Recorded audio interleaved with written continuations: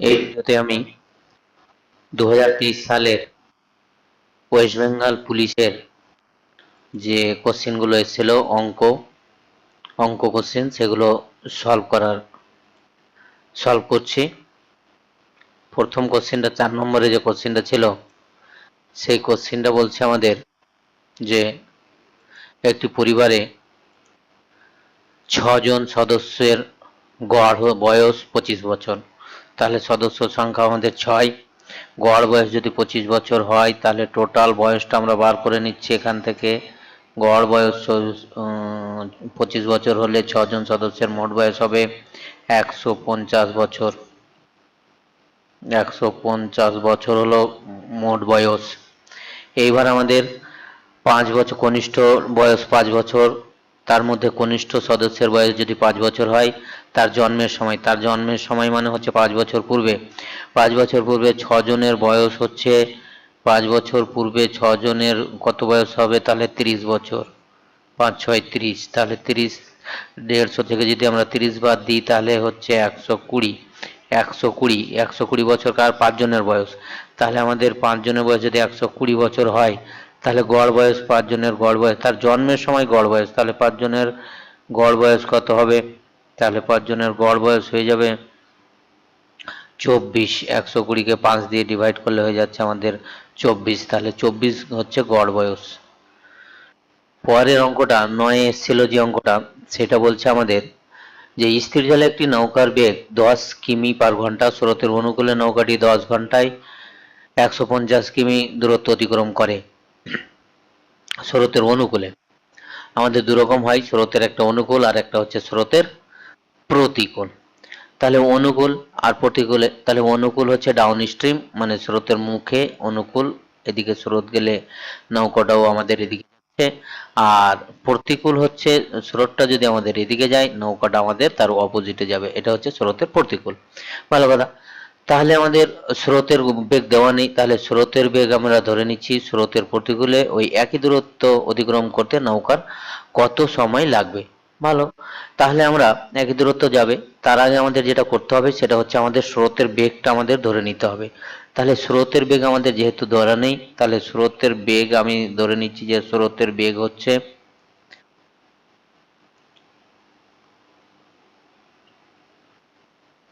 কত, x kilometre per hour, কিমি পার ঘন্টা। ঠিক আছে, এ হলো আমাদের স্রোতের বেগ।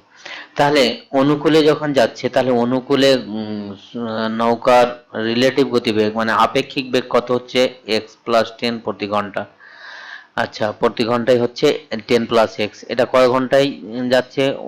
অনুকূলে 10 ঘন্টায়। 10 ঘন্টায় কত কিলোমিটার যে যাচ্ছে? সে 10 ঘন্টায় যাচ্ছে 150 কিলোমিটার। 10 ঘন্টায় যাচ্ছে 150 কিলোমিটার। তাহলে আমাদের হয়ে যাচ্ছে কত? 10 দিয়ে ভাগ গেলে ওটা হয়ে যাচ্ছে, 10 দিয়ে ভাগ গেলে হয়ে যাচ্ছে 15, ওপারে চলে গেল ওটা হয়ে গেল 15। তাহলে এক্স এর মানটা আমরা এখান থেকে পেয়ে গেলাম কত না, এক্স সমান পেয়ে গেলাম আমরা 5। তাহলে এক্স এর মান 5। তাহলে প্রতিকূলে নৌকার গতিবেগ কত হবে? রিলেটিভ গতিবেগ মানে আপেক্ষিক গতিবেগ। তাহলে প্রতিকূলে আপেক্ষিক গতিবেগটা হয়ে যাবে প্রতিকূলে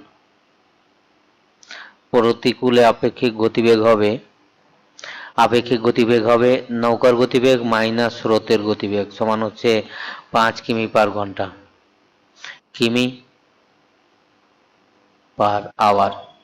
এবার একই দূরত্ব মানে কতটা ডিস্টেন্স যাবে, তাহলে ডিস্টেন্স যাবে 150 কিমি, যেতে কত সময় লাগবে? তাহলে টাইম বার করতে গেলে আমাদের গতিবেগ দিয়ে ভাগ করতে হয় বাই 5 আওয়ার। তাহলে এটা হচ্ছে 3×5=15, তাহলে সময় লেগে যাবে ওর কত ঘন্টা? 30 ঘন্টা। তাহলে স্রোতের প্রতিকূলে যেতে সময় লাগবে একই সমান দূরত্ব যেতে সময় লাগবে 30 ঘন্টা। পরের অঙ্কটা পরের অঙ্কটা বলছে আমাদের a+b দেওয়া আছে, a+b=, দেওয়া আছে 5, আর দেওয়া আছে a² + 4b² = 13। তাহলে এই রিলেশন থেকে আমরা অঙ্কটা করে ফেলতে পারি। তাহলে a² + 4b কে লিখতে পারি 2b তার হোল স্কোয়ার আমাদের দেওয়া আছে 13। তাহলে আমাদের মান বার করতে হবে কার? ab। তাহলে এখান থেকে আমরা একটা ফর্মুলা জানি, a+b তার whole square minus 2 a b মানে হচ্ছে 2b ইকুয়াল টু হয়ে যাচ্ছে আমাদের 13। ঠিক, তাহলে এটা হয়ে যাচ্ছে 5, তাহলে 5 স্কোয়ার মাইনাস 4ab 2 দিয়ে 4 ইকুয়াল টু হচ্ছে 13 হলো।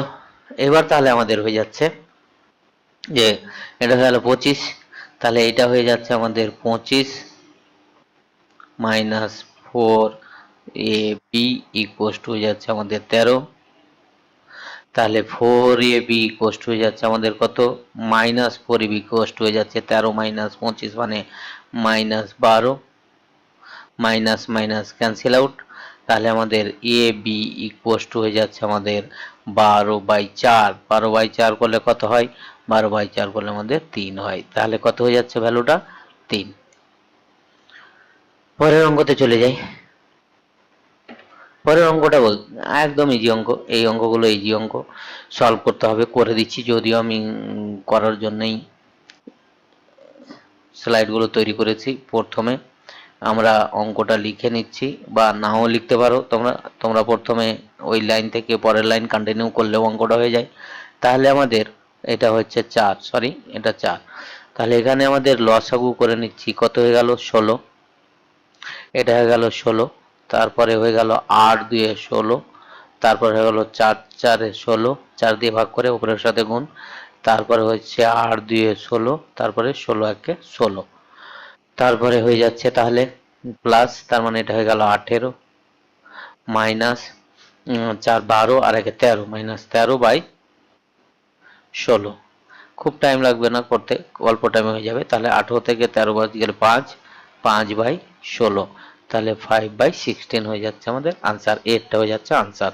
এই রকমের কোশ্চেনগুলো যে আসে সে ম্যাক্সিমাম আনসার হয় আমাদের 0। যাই হোক আমি করে দিচ্ছি, তবু এর যে আমরা এলসিএমটা পাবো সেই এলসিএমটা আমরা নিয়ে নিচ্ছি, মানে লসাগু করছি নিচের গুলো লসাগু করলে A minus B, B minus C, তারপরে হচ্ছে আমাদের সি মাইনাস এ, তাহলে A minus B C minus A ভাগলে বি মাইনাস সি, তাহলে এটা পড়ে থাকছে বি প্লাস সি ইন্টু হয়ে যাচ্ছে বি মাইনাস সি, তারপরে plus C plus A, C plus A, তাহলে C plus A minus B, B minus A minus B, B minus C, C minus A, তাহলে এটা হয়ে যাচ্ছে সি মাইনাস এ দিয়ে multiply plus A plus B, তাহলে C minus A, C minus A, B minus C, এটার সাথে এটা চলে গেল, তাহলে এ মাইনাস বি, তাহলে এ মাইনাস বি। আমরা নিচের টার্মটা লিখছি না, লেখার দরকারও নেই, এটা টার্ম থাক। এটা A plus B into A minus B এর ফর্মুলা, তাহলে B square A square minus B square প্রথমটা, তারপর এটা হচ্ছে আবার A square minus B square, তারপর এটা হচ্ছে আবার A square minus B square, তাহলে আমাদের কেটে যাচ্ছে B square C square plus C square minus A square plus A square minus B square minus B square plus, তাহলে কেটে গেলে 0 হলো, আর নিচে যেটা ছিল টার্ম সেটাই থাকলো, তাহলে 0 দ্বারা কোনো কিছুকে ডিভাইড করলে 0 হয়, তাহলে আনসারটা হয়ে গেল আমাদের কত, আনসারটা হয়ে গেল আমাদের 0। একদম সহজ ছিল। নেক্সট যে কোশ্চেনটা সেটা আমাদের বলছে যে এ বি সি ব্যবসাতে 1/4 1/3 1/2 অনুপাতে মূলধন বিনিয়োগ করে ব্যবসা শেষে এত টাকা লাভ হলে বি এর কত টাকা পাবে। ভালো কথা, তাহলে আমাদের অনুপাতগুলো প্রথমে হচ্ছে 1/4 অনুপাত 1/3 অনুপাত 1/2, এটাকে আমাদের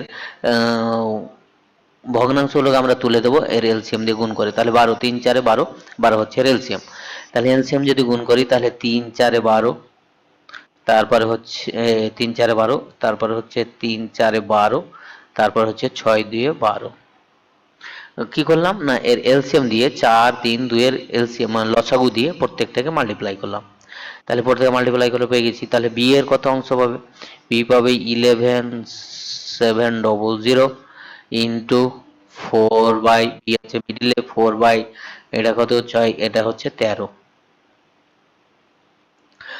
তাহলে 13 দিয়ে এটা কেটে যাবে একবারে, 13 9 117 হয়, ডবল জিরো, তাহলে 4 9 36, 3600 টাকা কে পাবে? না বি পাবে 3600 টাকা। 3600 টাকা পাচ্ছে কে? বি। 4 9 36, 3600 টাকা বি পাচ্ছে, 3600 টাকা বি পেল। নেক্সট পরের কোশ্চেনটা আমি চলে যাচ্ছি। পরের কোশ্চেনটা দেখতে কঠিন হলেও খুব সহজ কোশ্চেন। এখানে আমাদের শুধু আমরা কি করব, শর্ট করার জন্য 8.73 এটাকে আমরা কনসিডার করে নিচ্ছি এ, আর 4.27 কে কনসিডার করে নিচ্ছি বি। তাহলে আমাদের বুঝতে পারবো যে আমাদের কি হচ্ছে। দেখো এ এ এ, তার মানে এ কিউব, তিনটে গুণ হওয়া মানে হচ্ছে A cube. B B B, তিনটে বি মানে বি কিউব। নিচে আছে কি দেখো, নিচে আছে আমাদের কি না এ square minus A B plus B square. তাহলে আমাদের উপরে যদি ফর্মুলা ফেলে দিই, তাহলে ফর্মুলাটা হচ্ছে এ কিউব প্লাস বি কিউবের ফর্মুলা। তাহলে A plus B into A square minus A B plus B square by A square minus A B plus B square. তাহলে এটার সাথে এটা ক্যান্সেল আউট, তাহলে পড়ে থাকছে এ প্লাস বি। তাহলে এ প্লাস বি মানে কত? 8.73 প্লাস 4.27। তাহলে এটা প্লাস করলে কত হয়? 12, আর একে হয়ে যাচ্ছে 13। 4 আর 8 হচ্ছে 12, আর এই দুটো যোগ করলে 1 হয়, হয়ে যাচ্ছে আমাদের 13। তাহলে উত্তরটা হচ্ছে 13। একদম ইজি ছিল। নেক্সট পরের কোশ্চেনটা আমি চলে যাচ্ছি। পরের কোশ্চেনটা বলছে 10টি গরু অথবা 60টি মহিষের প্রত্যহ, প্রত্যহ মানে প্রত্যেকদিন 8 ঘন্টা করে 60 দিনে একটি জমি চাষ করতে পারে। 25টি গরু ও 14টি মহিষ ও আছে। এই ওয়ার্ডগুলোকে আমাদের একটু দেখতে হবে। অথবা আছে এখানে, এখানে ও আছে। ও যখন হবে তারা তারা তারা একসাথে কাজ করছে, আর অথবা মানে তারা সেপারেট সেপারেট কাজ করছে। তাহলে আমাদের যেটা করতে হবে, প্রত্যেক 12 ঘন্টা করে কাজ করলে 9 গুণ কাজ কত দিনে করবে? ভালো। তাহলে আমরা গরুর থেকে চলে যাই। তাহলে গরু একদিনে মানে 10টি গরু 8 ঘন্টা করে কাজ করে, 60 দিনে কাজ করলে কাজ করে কত অংশ? 1 অংশ। 1 অংশ করছে। তাহলে একটি গরু 1 ঘন্টা করে কাজ করলে একদিনে করবে কত অংশ? তাহলে সবগুলো হয়ে যাবে আমাদের 1/10 গুণ 8 গুণ 60, এত অংশ। ঠিক, অংশ হয়ে যাচ্ছে। এই গেল গরুর ব্যাপারটা। এবার কটা গরু বলেছে? এবার গরু বলছে 25টি গরু। 25টি গরু কত ঘন্টা করে কাজ করছে? 12 ঘন্টা করে কাজ করছে। কাজ করলে একদিনে কতটা কাজ করতে পারবে আমরা বার করবো। তাহলে 25 গুণ 12 বাই 10 ইন্টু 8 ইন্টু 60। একই রকম ভাবে আমরা যদি এগিয়ে যাই, তাহলে মহিষের বেলায় 60টি মহিষ 8 ঘন্টা করে কাজ করে 60 দিনে, তাহলে 60টি, তাহলে আমাদের 14টি মহিষ 12 ঘন্টা করে কাজ করলে কি হবে? তাহলে 14টি মহিষ 12 ঘন্টা করে কাজ করলে একদিনে করবে কতটা? একদিনে তাহলে করবে, নিচে চলে যাচ্ছে আমাদের কত, কটা মহিষ? 60টা মহিষ, 7 চলে গেল নিচে, ওইটার মতো একই রকম ভাবে। তারপরে চলে গেল 8 চলে গেল নিচে, তারপরে চলে গেল 60, তারপরে উপরে হয়ে যাচ্ছে আমাদের 14 গুণ 12। একদম। তাহলে 25টা মহিষ আর 25টা গরু আর 14টা মহিষ একদিনে তাহলে মোট কত কাজ করবে? এইটা প্লাস এটা, এই দুটো অংশ যোগ করলে আমাদের হয়ে যায়। তাহলে এটা যোগ করে নিচ্ছি। আমি কি কি যোগ করছি? না আমি যেটা যোগ করছি সেটা হচ্ছে 25-এর 12, 25 ইন্টু 12 বাই যোগ করছি যেটা হচ্ছে 10,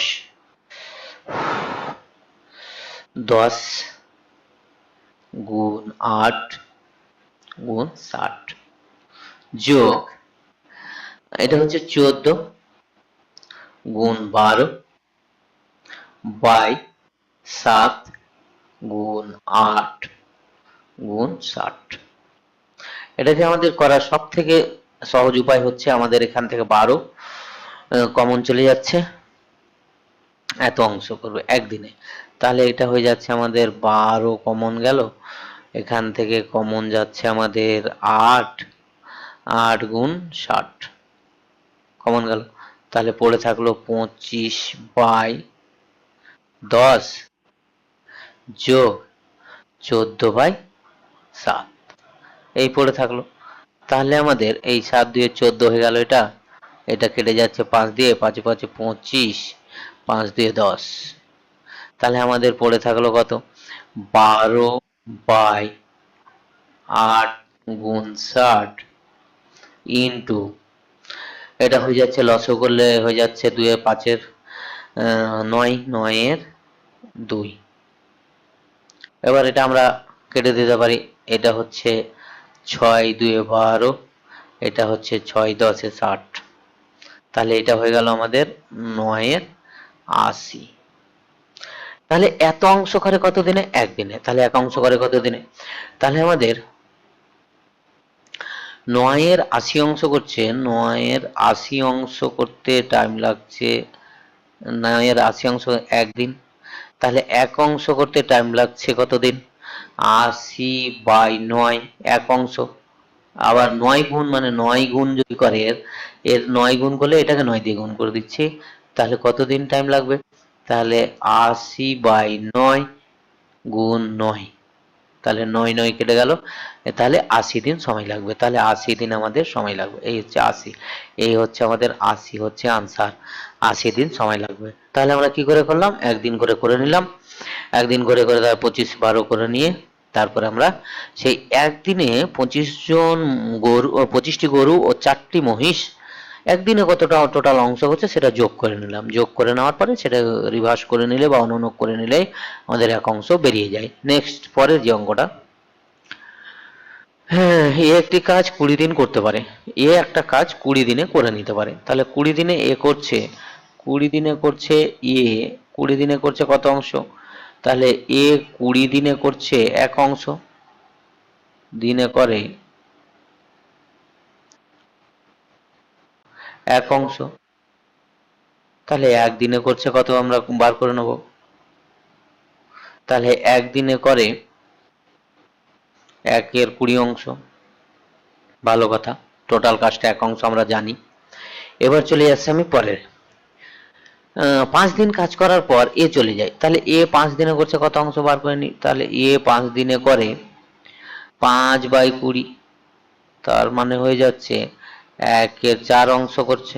বাকি কাজটা পড়ে থাকছে কত, বাকি কাজটা আমাদের যেটা হচ্ছে সেটা পড়ে থাকছে, বাকি কাজটা পড়ে থাকছে, তাহলে 1 থেকে 1 এর 4 মাইনাস করলে হচ্ছে 3 এর 4, এই কাজটা আমাদের পড়ে থাকছে। এই কাজটা কে করছে, এই কাজটা করছে নাকি বি, বি কত দিনে করছে, তাহলে এত অংশ করছে বি কত দিনে, তাহলে 3 এর 4 অংশ করছে বি, এত অংশ করছে কত দিনে, অংশ করছে কত দিনে, 22 পূর্ণ 1 এর 2 মানে হচ্ছে 45 এ 2, 22 পূর্ণ 1 এর 2 মানে 45 এ 2 দিনে, দিন, আচ্ছা দিনে। তাহলে এক অংশ করবে কত দিনে, এক অংশ করবে তাহলে 45/2 ইন্টু 4/3, তার মানে 2 2 কাটলো, 2 3 15 45, তাহলে 30 দিনে করবে। তাহলে বি একা কাজটা করবে কত দিনে, 30 দিনে, কিন্তু তাও বলছে না, বলছে তারা একসঙ্গে এ ও বি এক্ষেত্রে কাজটি করলে কত দিনে করবে। তাহলে আমরা এটার একটা ফর্মুলা জানি, একসঙ্গে কাজ করার কাজ করবে যখন, তাহলে এই ক্যালকুলেশনটা করলে আমাদের 1/1 এর 20 যোগ 1/1 এর 30, এইটা, এই ক্যালকুলেশনটা করি, তাহলে 30 আর 20 লসাগু হচ্ছে কত, 60, তাহলে 3 20 60, 30 2 60, তাহলে এটা হয়ে যাচ্ছে 60/5, ঘুরে গেল, তাহলে 5 12 60, তাহলে কত দিনে, একসঙ্গে করবে 12 দিনে। পরের যে অঙ্কটা, বৃহত্তম সংখ্যাটি নির্ণয় করো। বৃহত্তম ভগ্নাংশ কোনটি? বৃহত্তম ভগ্নাংশ বার করার আমার একটা পদ্ধতি আমরা জানি যে লসা এই হরগুলোকে আমাদের একই রকম করে নিতে হয়, তাহলে আমাদের লসাগু করতে হয়। তাহলে 8, 16, 40, 80 লসাগু হচ্ছে কিন্তু 80। তাহলে আমরা প্রথম সংখ্যাটার নিচে 80 লিখলাম, হ্যাঁ, 7-এর 8-এর নিচে আমরা 80 লিখছি, তাহলে 80 হলো। তাহলে 80-কে 8 দিয়ে ভাগ করতে হয়, তাহলে 8 10 80, এটার সাথে গুণ করতে হয়, তাহলে একই সংখ্যা আছে 7-এর 8। তারপরেরটাকেও একই করতে হয়, বাই 16, 5 16 80, তাহলে 5, তাহলে 5 13 65/80, এটা হয়ে যাচ্ছে 65/80। তারপরেরটা হয়ে যাচ্ছে 31/40, মানে হচ্ছে 62/80, 2 গুণ, তাহলে 62/80। তারপরেরটা হয়ে যাচ্ছে আমাদের 63/80, এটা তো আছে, এটাকে আর কিছু করতে হবে না আমাদের। তাহলে আমাদের উপরে যেটা বড় হবে সেটা বড়, তাহলে উপরের কোনটা বড়? 70টা হচ্ছে আমাদের সবথেকে বড়। তাহলে 70টা হচ্ছে আমাদের সব থেকে বড়, ফার্স্ট 7/8 এর সংখ্যাটাই আমাদের সব থেকে বড়।